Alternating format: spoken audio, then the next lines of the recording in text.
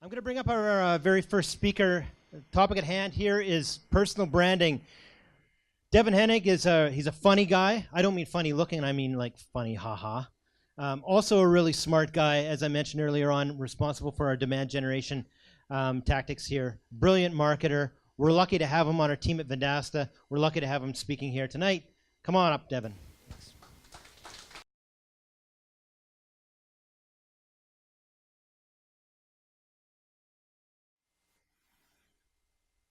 Test?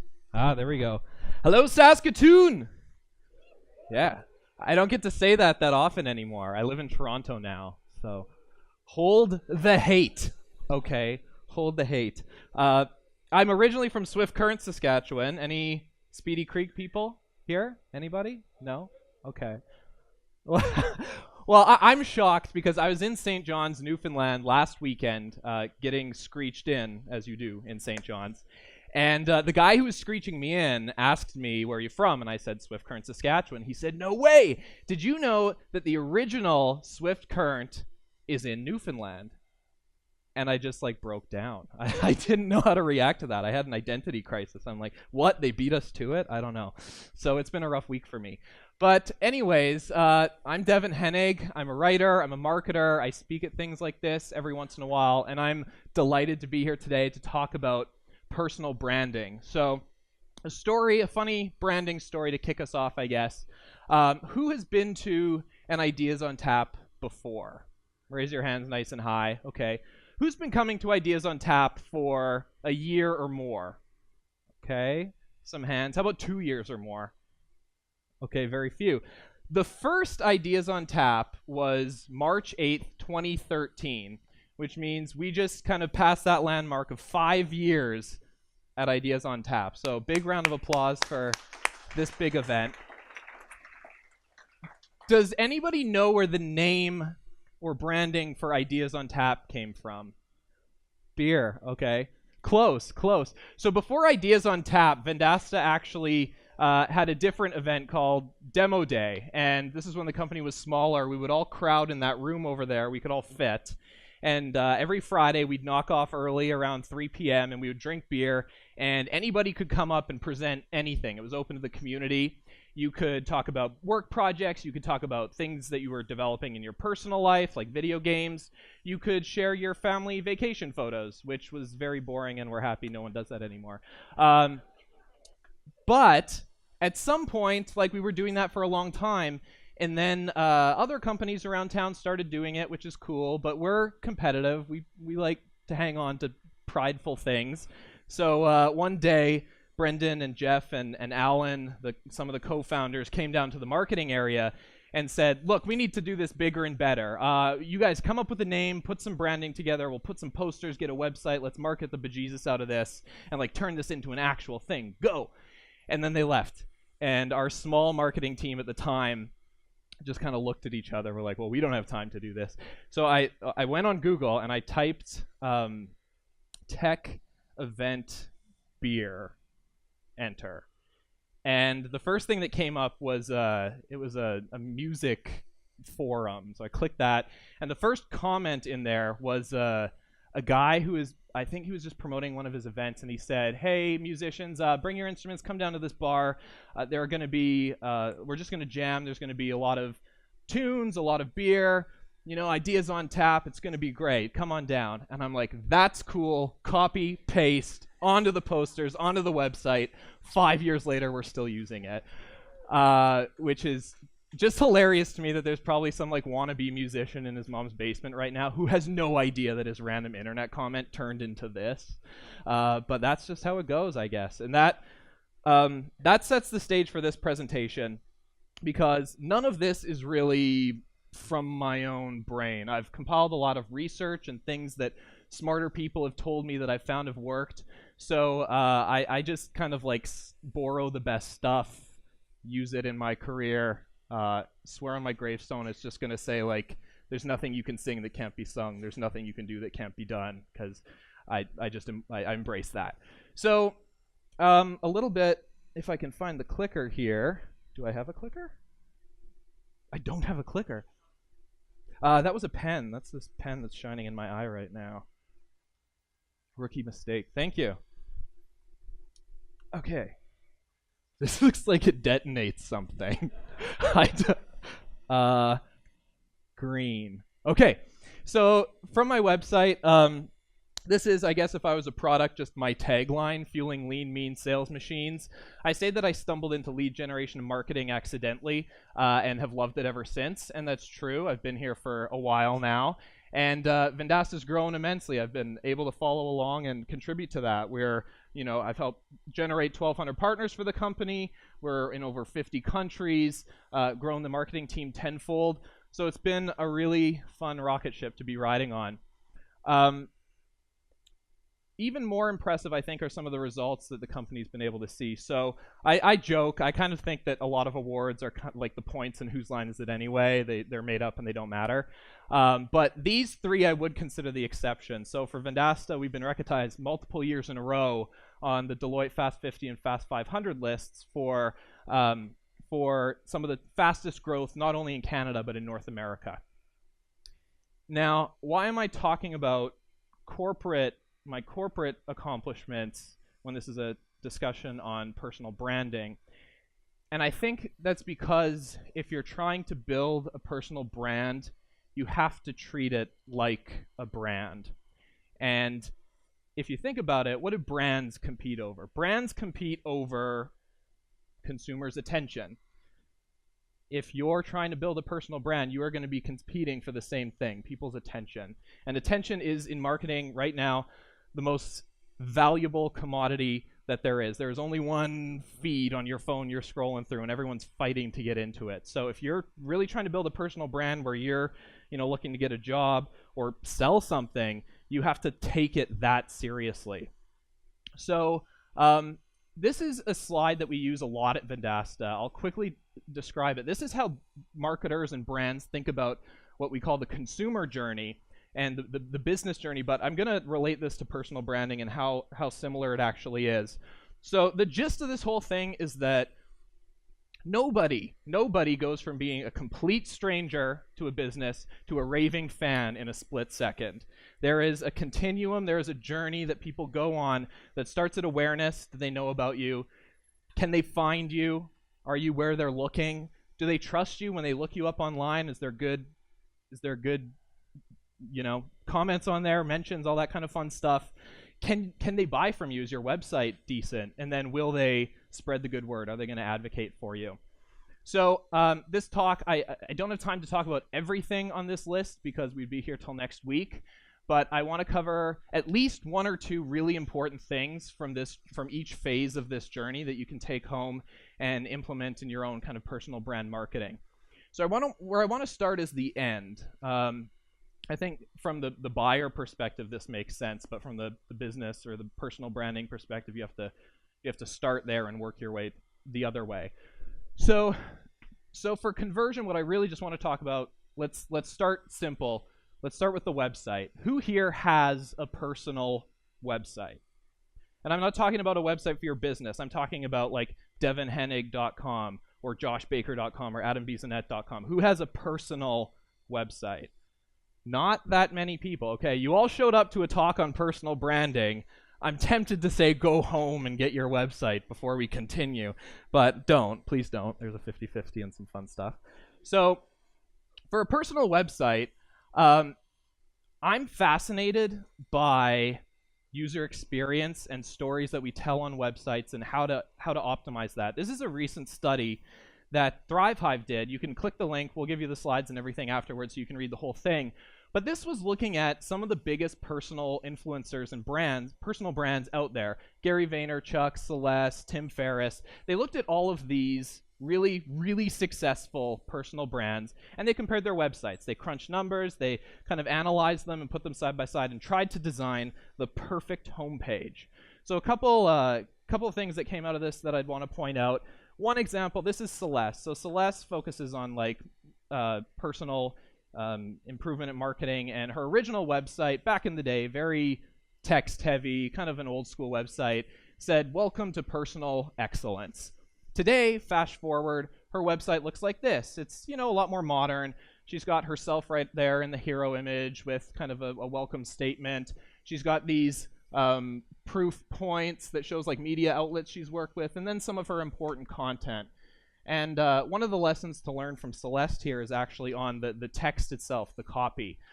She ditched her original headline. It was very hello world, welcome to personal excellence. Now she's made it cleaner, she's made it more you focused, and it's less abstract. And I think that's one of the most important things to think about with personal branding. It's called personal branding, but it's not about you. It's about the people you're trying to help, or whatever you're saying to whoever your audience is. So make it about them. Gary Vaynerchuk is another content beast online. He's got podcasts and webisodes, and he's on every social platform. He just is a content machine. So this is his original website, and it really just barfs up all his content on you. It's like, here are all my videos, all my most recent blog posts. If you went to GaryVaynerchuk.com now, it's more simple. It's just a hero image, not even a headline there. It's a video with his signature. He's got a really obvious bar there where he's asking for emails. We'd call that a call to action in the marketing world. We want you to sign up, subscribe, give me your email so I can talk to you later. And then he's got this like manifesto section below where he just sets the stage, who he is, what he's about, and another video beside it. So from Gary, I would learn simplicity, set the stage. I would learn that a video is worth 1,000 blog posts, and we're going to talk about that a little bit more. If you can, please leverage video and images. Think about that more than you do text, although text is definitely not dead. And then be on all the social platforms that your audience is on, which is a big component of his personal brand. One more here for you. So this is Marie. She's another kind of like personal brand type influencer. And you're starting to probably realize a trend now. We've got some nice banner images at the top with these call to actions, and then she's got her blog posts, and her newest one, just like Gary, scrapped the blog post content and said, let me set the stage for you. Here's who I am, what I'm about, and you can dig in and discover more if you want to. So from her, I would take that. I would also take that she puts her face front and center everywhere. It's kind of like Neil Patel, if you've ever been on his site. You can't see him once and then not again, like he's everywhere on you. So get over the narcissistic component of putting your own face out there to the world, because that's not what this is about. This is about recognizability and treating yourself like a brand. So she's kind of the queen of that. Now, they looked at a bunch more. They put them side by side. They did that number crunching. And this is kind of what they came out with. I don't know if you can read it, but they looked at word count and CTAs and authority proof and videos and all that.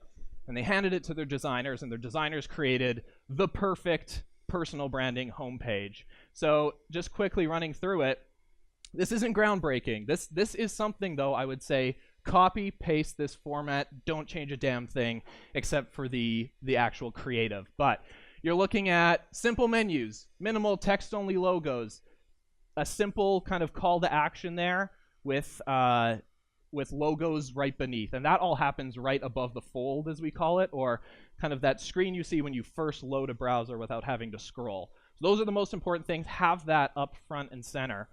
Then you keep scrolling. They say, call out your 3 main places you want to send people. Put up your top content. That's the most effective. Follow it up with your best testimonials. We'll talk about how to get those. And then end it off with a call to action again, just so that you can capture those emails, since that's kind of what the goal is for. So one more time, I'm going to hammer it home. Here are the 5 takeaways. I would say use a hero image. Get high-quality photos of yourself. That might be the biggest roadblock right away, because who has those just hanging around? I would recommend getting professional, like high-quality photos. Display authority and social proof. The most powerful types of this are going to be publications, if you've worked with media before, pictures of yourself with influencers, or endorsements from your network. So try and get as many of those as possible. Collect emails. I can't say it enough, please. That is what's going to keep people coming back to you and what you can remarket. Your homepage is not your blog. Don't just throw up all your most recent posts, because chances are your most recent stuff isn't your strongest stuff. At Vendasta, a lot of our posts, the best performing posts, are ones we wrote years ago. So consider that. And then lastly, add your own twist. Use the structure I showed you, but improvise and add your own twist to the content itself, the imagery and all that kind of thing. So that's it for website. I want to move on because we got a lot to get through. The next phase is reputation here. So reputation online is basically the same as what it is offline. It's what are people saying about you? Is it good? Is it not so good? And Vendasta started as a reputation management company. That was in our earlier years. We built a platform for businesses to monitor their online reputation. I think, if you want to craft a good reputation, you need to know what people are saying about you first. And this is kind of the light way 101 to do that. Who's set up Google Alerts before? If you've never set up a Google Alert, go to Google Alerts. If you're logged in with your Google account, it actually starts suggesting these things. It suggests your name, it suggests your email, so that when Google finds a new mention of it, they will alert you, and you can look into it and see kind of what people are saying. Again, Vendasta doesn't really have a consumer product. You can't go to our website and just start using our reputation management tool, although maybe Brendan will cut you a deal. I don't know. Talk to him after this. But once you start finding these messages, you obviously want to know what to do with them. And we've written a lot of content on how to respond to good reviews, not so good reviews. For personal branding, I might pare it down to this. I would say take the great reviews and use them in cross-pollinate. Use them in all your marketing as much as possible, because those are some of the most important pieces. And then say thanks. Have a conversation with that person and see if you can use it in other places. If something bad comes up about yourself, I would say don't ignore it ever. It's it's other people are seeing it too, so you don't just want to brush that one under the rug. I would take the time to respond, but do it privately. Try and take any kind of conversation like that to email or to inbox or to a face-to-face conversation if you can try and navigate that difficult conversation sometimes. So that's pretty general advice, but the main one there is just don't ignore it. We have to address negative feedback when it happens. Probably a lot of you don't have either of those problems though, because no one's saying anything about you. Hey, I don't mean that offensively. This is likely the next question you're gonna get, right? What if I don't have any testimonials? What do I do? Good question. Who has a LinkedIn account? Probably most of you have a LinkedIn account. I would start there. There are a couple ways that you could start getting feedback on LinkedIn. One, LinkedIn just allows you to ask for it. You can go to anybody's page, ask for a recommendation if you think they're going to give you a good one, and it'll alert them, and you can go through that process. My preferred way, that's needy to me. The other one seems a little bit needy. I would rather go to people's pages and start leaving them positive feedback, because this is a good karma thing. Usually when you use and leave positive feedback, you're going to start getting it back in droves. So this is just examples of feedback I've left my marketing team, and you start to get these replies coming in, which is great.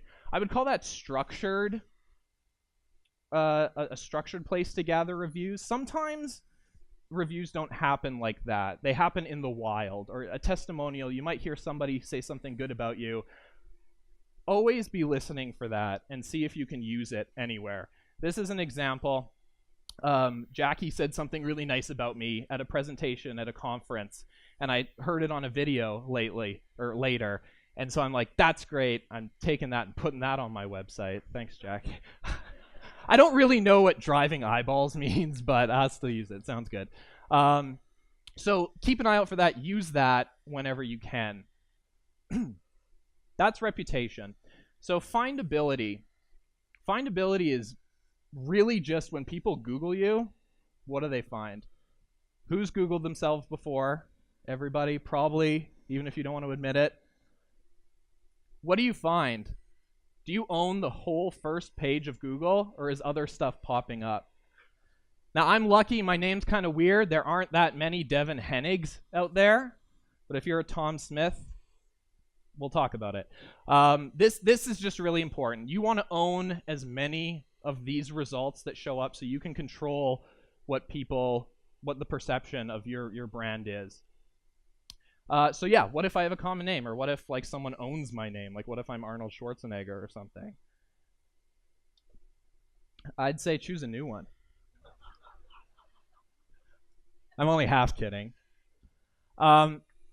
you've got to be really like honest with yourself on the losing battles you want to fight. You can try and do all get deep into SEO, search engine optimization, and figure out a way to build up those pages that are just lurking at the bottom of the search results, or you could start with something fresh. Personally, I mentioned at the start of the talk that I'm a writer. So early on, I decided to use a pen name, and people ask me all the time. They're like, "Why do you use a pen name?" And it was honestly because of Google. I wanted a name that would be kept separate from my business identity and everything that I do at Vendasta, and that would be horror related and something totally separate. So my pen name is D. Melhoff, my mother's maiden name. I thought it sounded creepy. It's great.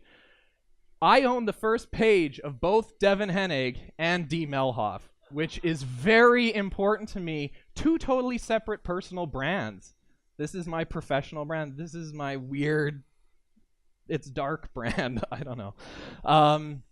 Go buy my books. Anyways, so you want to get to this point, right? There are tools that can help you. I would love, I'm just going to recommend a few that at least Vendasta doesn't compete with really directly.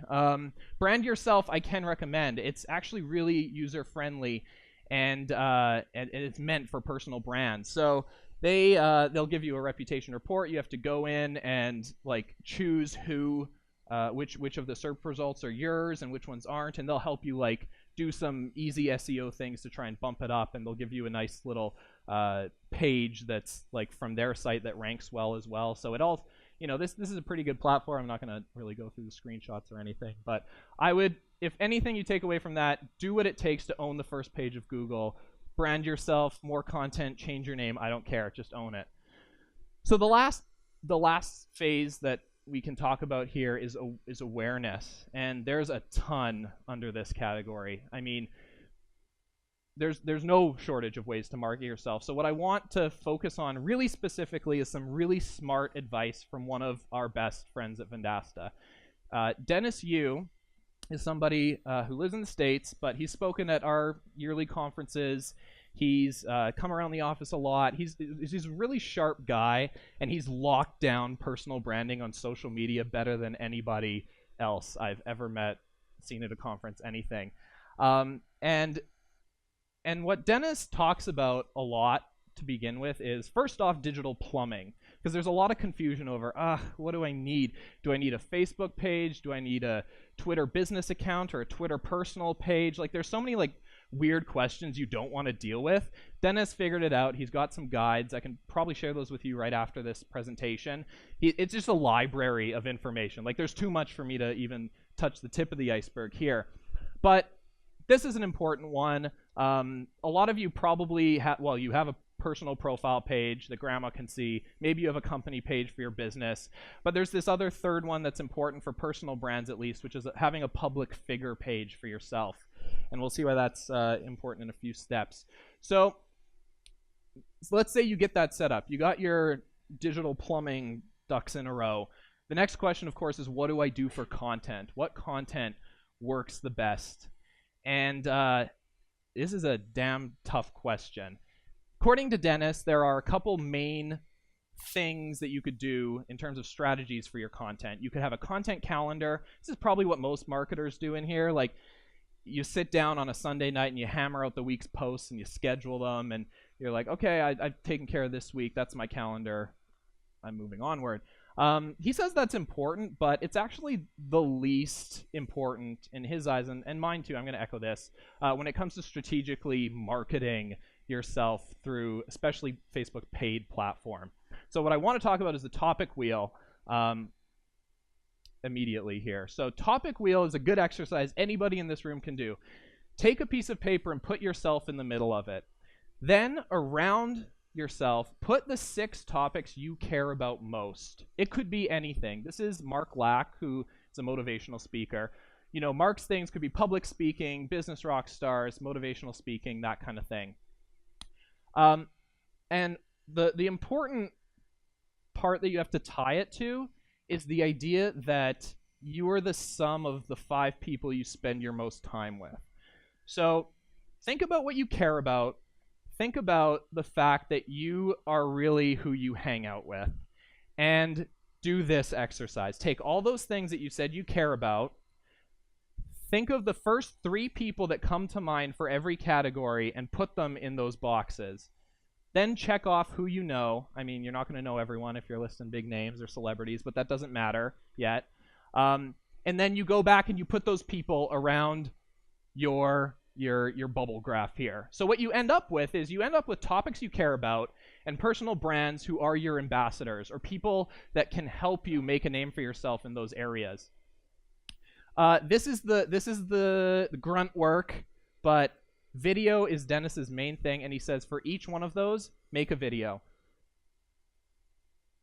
What this helps with is that the next phase is to promote each of those videos for $1 a day and find the winners and find the losers. Humans are really bad at guessing what the best content is. So you just want to make as many videos as possible. He's got this technique where it's $1 a day, and over the course of 7 days, you will find which ones are great and which ones suck. And the idea is build a list of greatest hits. So you're going to end up killing almost 90% of the videos because they just didn't work. They suck. But 10%, even 2% are going to be unicorns that will work for you in perpetuity and provide a lot of value. So you can't read this. It's kind of what I just said. It's like you're going to end up killing 90% of your posts, eventually keeping 2% if you follow his method. This is a really important graph that I want to share and you guys should look at. It's just Facebook benchmarks. So this is what you should judge it against. Are you getting $3 leads? Are you getting 67 cents per like on your page? All these kind of things are chances are if you took this home and you've been running Facebook campaigns and you compared them, you'd be like, holy crap, I'm not doing so good. And that's the point of producing a lot of content and testing it over time, because only 2% really wins out in the end. So that's the topic wheel. I'm not actually going to go through the rest of Dennis's stuff because we'll be here forever, but he takes all those videos, he puts them into a grid.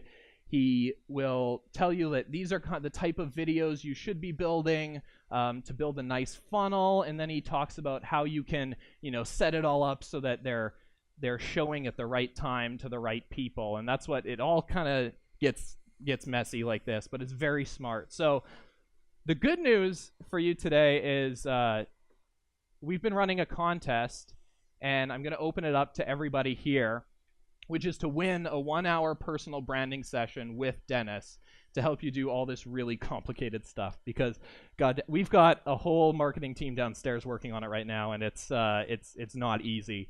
So Dennis is willing to spend an hour with you, and trust me, an hour of Dennis's time is like an hour with Tony Robbins. It'll be the best thing. It'll change your life. And all you need to do, so this is in coordination with our Conquer Local podcast, I need you to go to your preferred podcast provider, iTunes, SoundCloud, Google Play, subscribe, and then after this talk, come find me in one of the breaks, show me you've subscribed, and I'll put your business card in this fishbowl. And at the end with the 50-50, I'll draw it, and you win. One of you lucky people will win a 1-hour session with Dennis Yu. So does that sound good? All right, cool. That's really all I had. I wanted to give you something measurable from each phase of this funnel. I hope there was something that you guys could take home, start doing, or start comparing yourself to at least.